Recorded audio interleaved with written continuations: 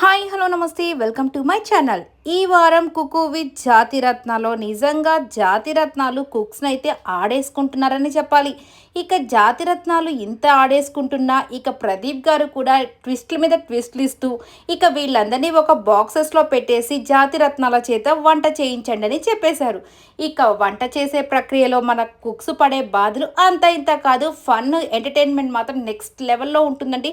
హ్యాపీగా చూసి ఎంజాయ్ అయితే చేసేసేయండి. ఈ వారం మాత్రం చాలా ట్విస్ట్ అండ్ టర్న్స్ అయితే ఉంటున్నాయంట.